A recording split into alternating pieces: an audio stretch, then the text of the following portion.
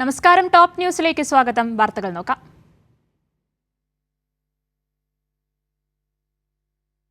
പാതിവില തട്ടിപ്പ് കേസിൽ സായിഗ്രാം ഡയറക്ടർ ആനന്ദകുമാറിന് തിരിച്ചടി. ജാമ്യാപേക്ഷ ഹൈക്കോടതി തള്ളി. തട്ടിപ്പിൽ ആനന്ദകുമാറിന് മുഖ്യ പങ്കെന്ന ക്രൈംബ്രാഞ്ച് വാദം ശരിവെച്ച് ഹൈക്കോടതി.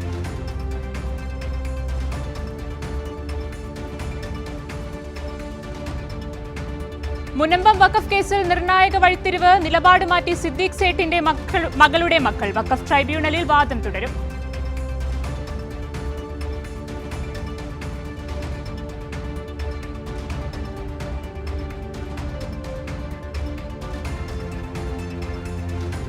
വഖഫ് നിയമത്തിനെതിരെ പ്രതിഷേധം കനക്കുന്നു. ബംഗാളിലെ മുർഷിദാബാദിൽ സംഘർഷം. പോലീസും പ്രതിഷേധക്കാരും തമ്മിൽ ഏറ്റുമുട്ടി.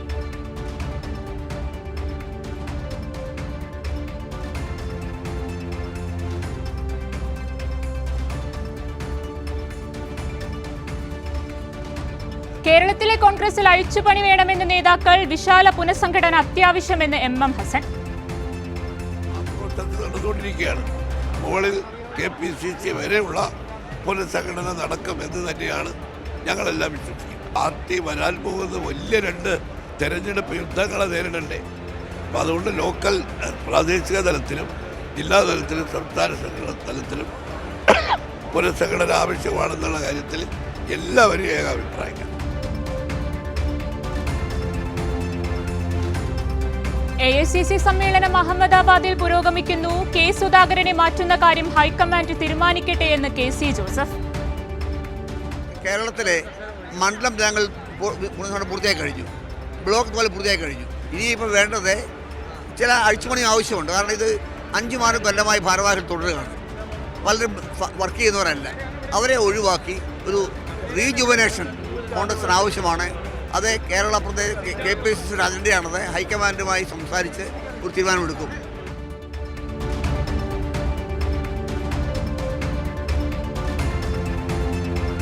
പലിശ നിരക്ക് കുറച്ച് റിസർവ് ബാങ്കിന്റെ വായ്പാ നയം. റിപ്പോ 0.5% കുറച്ചു.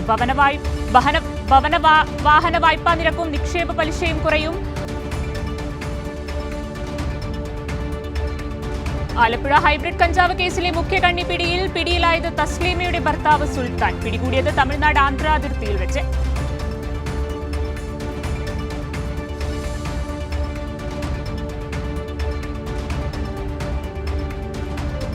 മുംബൈ ഭീകരാക്രമണ കേസ് പ്രതി താഹാവൂർ റാണയെ ഇന്ന് ഇന്ത്യയിലെത്തിക്കും. ദില്ലിയിലും മുംബൈയിലുമായി 2 ജയിലുകളിൽ ക്രമീകരണങ്ങൾ തുടങ്ങിയതായി റിപ്പോർട്ട്. കൈമാറ്റം US സുപ്രീം കോടതി റാണയുടെ അപ്പീൽ തള്ളിയതിനു പിന്നാലെ.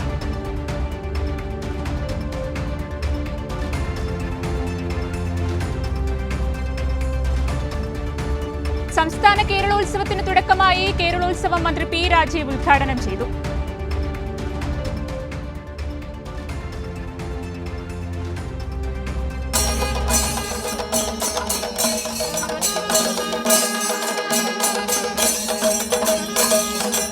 വിശാലമായ മാനവികത, നീതിബോധം ഇതൊക്കെ ശക്തിപ്പെടുത്തുന്നതിൽ കലയ്ക്ക് അതിൻ്റെതായ പങ്ക് വഹിക്കാൻ കഴിയും. എന്നാൽ ഇപ്പോൾ കല ആവിഷ്കാരത്തിൽ ചില ചരിത്ര സംഭവങ്ങൾ ചെറുതായി പ്രതിപാദിച്ചാൽ പോലും വലിയ തോതിലുള്ള ആക്രമണം നേരിടേണ്ടി വരുന്നു. ഇപ്പോൾ എമ്പുരാൻ സിനിമയുമായി ബന്ധപ്പെട്ട് ഉയർന്നു വന്ന വിവാദങ്ങൾ ഇപ്പോൾ നമുക്ക് എല്ലാവർക്കും അറിയാമല്ലോ. ഏതെല്ലാം രൂപത്തിലാണ് അതിപ്പോൾ പല മേഖലകളിലേക്ക് കടന്നു കയറിക്കൊണ്ടിരിക്കുന്നത്.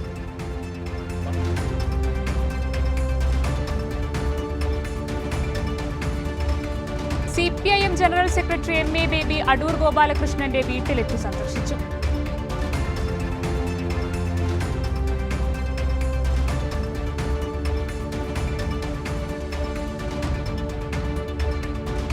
കോഴിക്കോട് ഓമശ്ശേരി പഞ്ചായത്തിൽ ലൈഫ് ഭവന പദ്ധതിയിലൂടെ നിർമ്മിച്ച വീട് അപകടാവസ്ഥയിൽ. 2ാം വാർഡിലെ ചുള്ളയിൽ വീട്ടിൽ സൗമിനിയാണ് കോടഞ്ചേരി പോലീസിൽ പരാതി നൽകിയത്.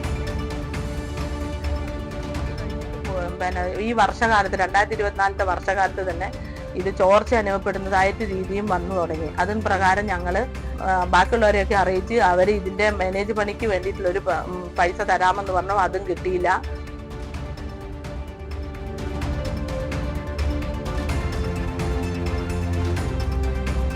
ശുചിമുറി തുറന്നു കൊടുക്കാത്ത പെട്രോൾ പമ്പിനെതിരെ നിയമ പോരാട്ടം നടത്തി വിജയിച്ചിരിക്കുകയാണ് അധ്യാപികയായ L. ജയകുമാരി. സഹായാവസ്ഥ നമ്മൾ പറഞ്ഞു രാത്രിയാണ് എനിക്കിനി കുറേ ദൂരം പോകാൻ ഇനി പറ്റില്ല.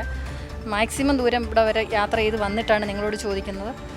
തന്നേ പറ്റൂ എന്ന് പറഞ്ഞപ്പോൾ തരാൻ പറ്റത്തില്ല, താക്കോലില്ല എന്നങ്ങനെ വീണ്ടും പറഞ്ഞുകൊണ്ടിരുന്നു. അപ്പോൾ പിന്നെ അവിടെ പ്രദർശിപ്പിച്ചിരുന്ന കുറേ നമ്പറുകളുണ്ട്, മാനേജറുടെ നമ്പർ, ഡീലറുടെ നമ്പർ. ഈ നമ്പറുകളിലെല്ലാം ഞാൻ വിളിച്ചു.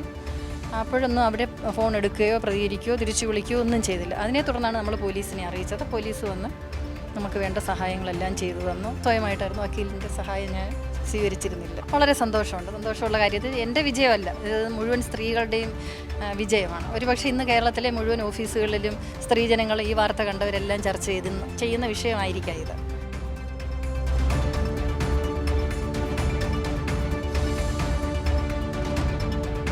മുംബൈയിൽ മലയാളി വനിതാ സംരംഭകർക്കായി ഒരുക്കിയ വിപണന മേളയ്ക്ക് മികച്ച പ്രതികരണം. ചെറിയ തരത്തിലുള്ള ബിസിനസ്സുകാർക്ക് പ്രയോജനപ്പെടും. മലയാളി സംഘടനകളുടെ നിലനിൽപ്പ് തന്നെ പ്രതിസന്ധിയിലായിരിക്കുന്ന ഈ ഒരു കാലഘട്ടത്തിൽ മറ്റു സമാജങ്ങൾക്ക് മാതൃകയായിക്കൊണ്ട് യുവാക്കൾക്കും സ്ത്രീകൾക്കും വേണ്ടി നടത്തുന്ന പരിപാടികളിൽ ഏറ്റവും പ്രധാനപ്പെട്ട ഒരു പരിപാടിയാണ്. സ്ത്രീ ശാക്തീകരണ ഭാഗമായിട്ട് പല പദ്ധതികളും ഇന്ന് കേരളീയ സമാജം നടത്തി വരുന്നുണ്ട്. വാങ്ങുന്നവർക്കും വിൽക്കുന്നവർക്കും വളരെ പ്രയോജനമായിട്ടുള്ള രീതിയിലാണ് ഇവിടെ സാധനങ്ങൾ കൊടുക്കുന്നത്. അതായത് ബോംബെയിലും പരിസര പ്രദേശത്തുള്ള മറ്റുള്ള സമാജങ്ങൾക്കും ഇതൊരു മാതൃകയാകട്ടെ.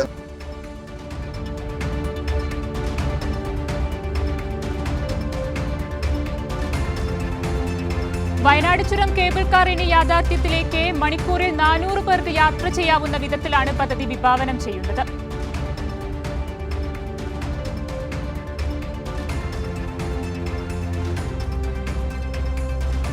ഒഡീഷയിൽ സംഘപരിവാർ ആക്രമണത്തിൽ പരുക്കേറ്റ വൈദികന്റെ വീട് മന്ത്രി VN വാസവൻ സന്ദർശിച്ചു.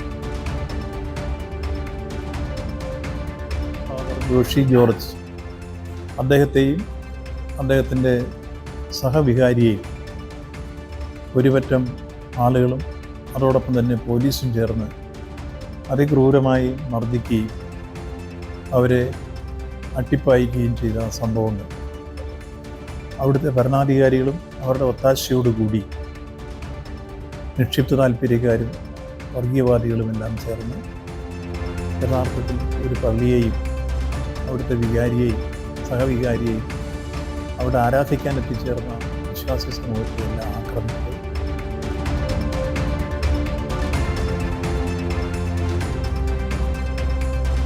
ലഹരിക്കടത്ത് കേസിൽ കസ്റ്റഡിയിലിരിക്കെ രക്ഷപ്പെട്ട കബഡി താരത്തെ നെടുപുഴ പോലീസ് പിടികൂടി. തൃശൂർ മനക്കൊടി സ്വദേശി ചെറുവത്തൂർ വീട്ടിൽ ആൽവിനെയാണ് പോലീസ് പിടികൂടിയത്.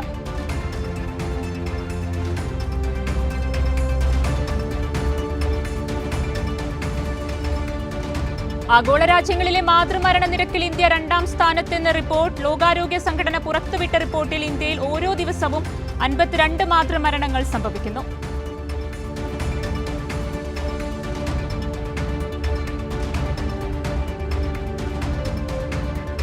സംഘപരിവാറിന്റെ ആക്രമണത്തിനിരയായ എമ്പുരാൻ സിനിമയുടെ അണിയറ പ്രവർത്തകർക്ക് പിന്തുണയുമായി MK സാനു മാസ്റ്റർ.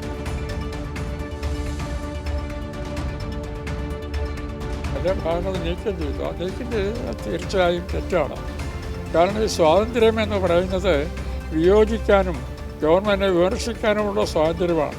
ഞാൻ നേരത്തെ പറഞ്ഞ കൺഫ്യൂഷ്യസ് പറഞ്ഞതുപോലെ കാട്ടിലെ വന്യമൃഗങ്ങളുടെ മധ്യത്തിൽ ജീവിക്കുന്നതാണ് നാട്ടിൽ ജീവിക്കുന്നതിനേക്കാൾ നല്ലതെന്ന് തോന്നിക്കുന്നത് സൗത്ത് സർക്കാരിന് ഭൂഷണമല്ല.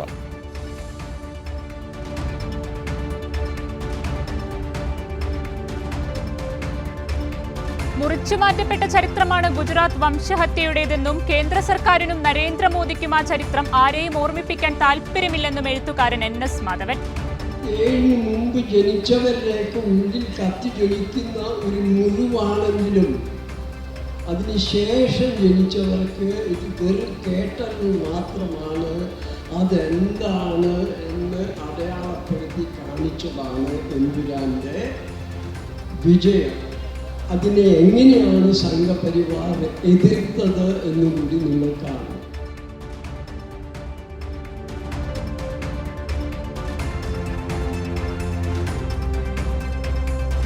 കഴിഞ്ഞ ദിവസം വയനാടുണ്ടായ കാറ്റിലും മഴയിലും വൻ നാശനഷ്ടം. പലയിടങ്ങളിലും മരങ്ങൾ കടപുഴകി വീണതായും കൃഷിനാശം ഉണ്ടായതായും റിപ്പോർട്ട്.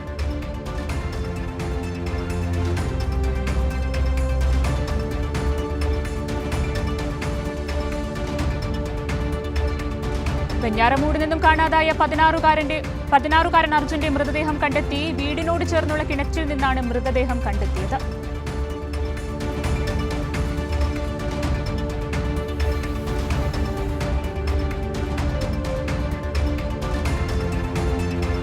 ഡിവൈഎഫ്ഐയുടെ നേതൃത്വത്തിൽ പൂക്കോട്ടുകാവിൽ രക്തസാക്ഷി വിനീഷിന്റെ അനുസ്മരണം നടത്തി. അനുസ്മരണത്തിൽ നൂറുകണക്കിന് പേർ പങ്കെടുത്തു. അനുസ്മരണ പൊതുയോഗം SFI സംസ്ഥാന സെക്രട്ടറി PS സഞ്ജയ് ഉദ്ഘാടനം ചെയ്തു.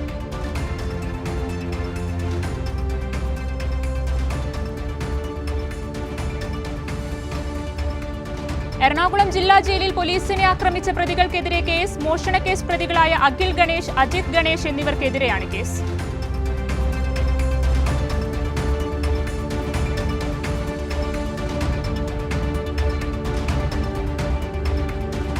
തിരുവനന്തപുരത്തെ യുവ IP ഉദ്യോഗസ്ഥയുടെ ആത്മഹത്യയിൽ പ്രതി സുഗാന്ത് സുരേഷിനെതിരെ വകുപ്പ് തല അച്ചടക്ക നടപടിയുടൻ. പ്രാഥമികമായി സുഗാന്തിനെ സർവീസിൽ നിന്നും സസ്പെൻഡ് ചെയ്യും.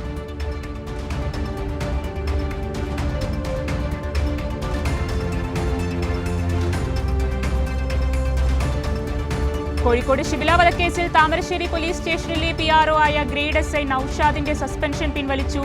തിങ്കളാഴ്ചയാണ് ഇതു സംബന്ധിച്ച് ഉത്തരവിറങ്ങിയത്.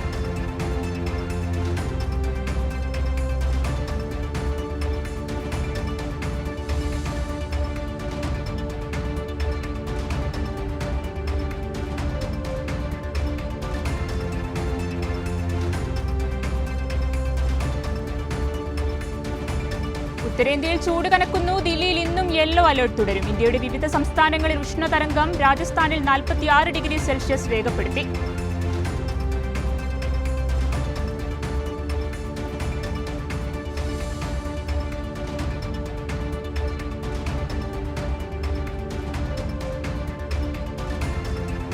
പാലക്കാട് ഒറ്റപ്പാലത്ത് യുവതിയെയും 2 കുട്ടികളെയും കാണാനില്ലെന്ന് പരാതി. ഒറ്റപ്പാലം സ്വദേശിനിയായ ബാസില, മക്കളായ റബിയുൽ ഗസി, ഗനീം നാഷ് എന്നിവരെയാണ് കാണാതായത്.